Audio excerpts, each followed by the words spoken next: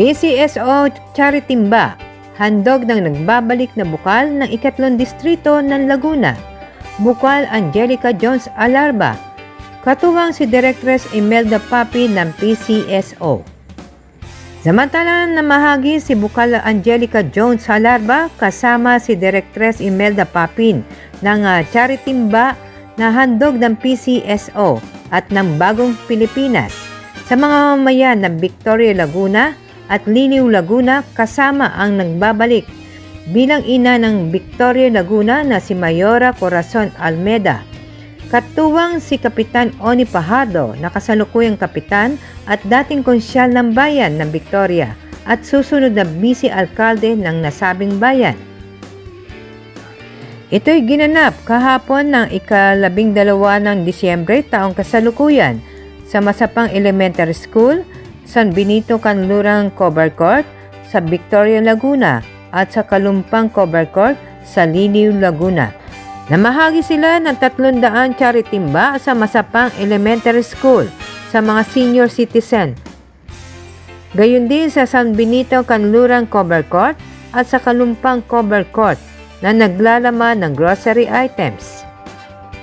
Nabanggit din ni PCSO Directress Imelda Papin na may kasunod pa itong ayuda para sa mga hindi nabahagian ng nasabing ayuda mula sa gobyerno sa susunod na taon. Bukod pa rito ay nag-alay din siya ng mga awitin para sa mga kababayan natin dito sa Laguna. Kilala natin si Directress Imelda Papin ay isa ding popular na mga nganta at tinaguriang jukebox queen ng Pilipinas. Ating panoorin ang ating naging panayam kay Directress Imelda Papin ng Philippine Charity Sweepstake Office. Hi, ito po si Imelda Papin. Maraming salamat sa interview dito po sa BHN TV. At nakakatuwa dahil narito po kami ngayon sa San Benito, Victoria and Masapang Victoria. Nakakatuwa po dahil dinala po kami dito ng ating board member, Angelica Jones, na siguradong board member ulit. At maraming salamat. Kasama po namin dito yung mga opisyalis, yung ating Kapitan Isko, Kapitan Burley, and Mayora Almeda, at lahat ng mga officials po ng Masapang and San Benito, Victoria. So, bilang director po ng PCSO, gusto ko pong pasalamatan po ng Panginoon at ang ating Presidente sa pagbigay ng tiwala sa akin para humawak ng posisyon bilang direktor. Ang mandato po ng PCSO, yan po ay pagbibigay ng tulong sa mga naha-hospitalized, lalo na po sa kalusugan. That's why we have this medical and dental mission. And aside from that, we are also giving Charitimba, which we put a lot of groceries inside the timba. At nakakatuwa dahil yung timba po, kahit upuan nyo, gawin yung chair, or lagyan ng tubig o ng bigas, yun po ay magandang kasangkapan sa bahay. And aside from that, ang ating presidente po ay namimigay po ng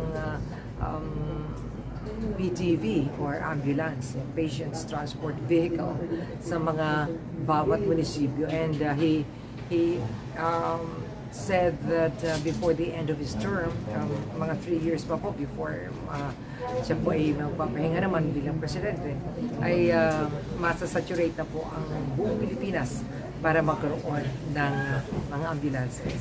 So, nakakatuwa dahil ang PCSO po ay wala po kaming subsidy galing sa gobyerno. Ito po ay sariling kayod po namin. Nag-i-encourage po kami na ang mga kababayan natin magtaya sa Lotto at saka sa STL. Bakit po? Ito po ay hindi naman po ito'y sugal. Ito po ay pag nagtaya tayo ng 20 pesos o 100 pesos, ang katapat po nito ay kawang-gawa. Ang kawang-gawa na sinasabi ko po ay yung nagbibigay tayo ng tulong sa mga na-hospital. Ano po?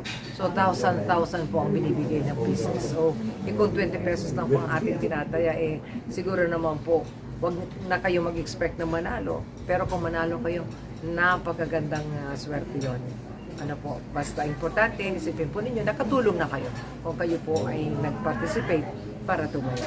So, yan po, and we will continue going around, lalo na po sa mga nasalanta ng bagyo. Yung recent typhoon po na Christine at Pepito, talagang umiikot po kami. Ang dami na po namin napuntahan ng mga lugar. Tulong-tulong po kami mula sa aming chairman, Judge Felix Reyes, GM Melquiades Robles, and dalawa pang kasama ko pong directors, Janet Mercado and Jennifer Guevara. At ako ay tulong-tulong po kami. Kung hindi kami nagsasama-sama, meron din po silang mga lugar na pinupuntahan. Kaya narito po kami. Sabi ko nga, mula nung ako'y naging director, sabi ko, ang pintuan ko po ay bukas sa mga taong humihingi ng tulong para sa kanilang mga kalusugan. So, yun lamang po, and maraming salamat sa pagtanggap ng napaka-init na pagtanggap po dito sa Masapang Victoria and San Benito. Syempre, pasalamat ulit ako kay board member Angelica Jones, kay Mami Beth Jones, at sa ating susunod na mayor, Mayor Corazon Almeida, at lahat ng mga kapitan. Maraming salamat. Lahat ng officials, yung ating Vice Mayor din po, Vice Mayor Fajardo, and lahat ng mga aspiring to serve our community, our province, and our municipalities. Good luck to all of you. Magkaroon po tayo ng pagkakaisa.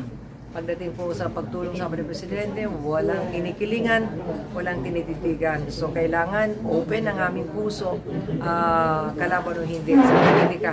After all, tayo pong lahat ay mga Filipinos, dapat nagmamahalan at nagkakaisa. Maraming salamat po. Imelda Papi.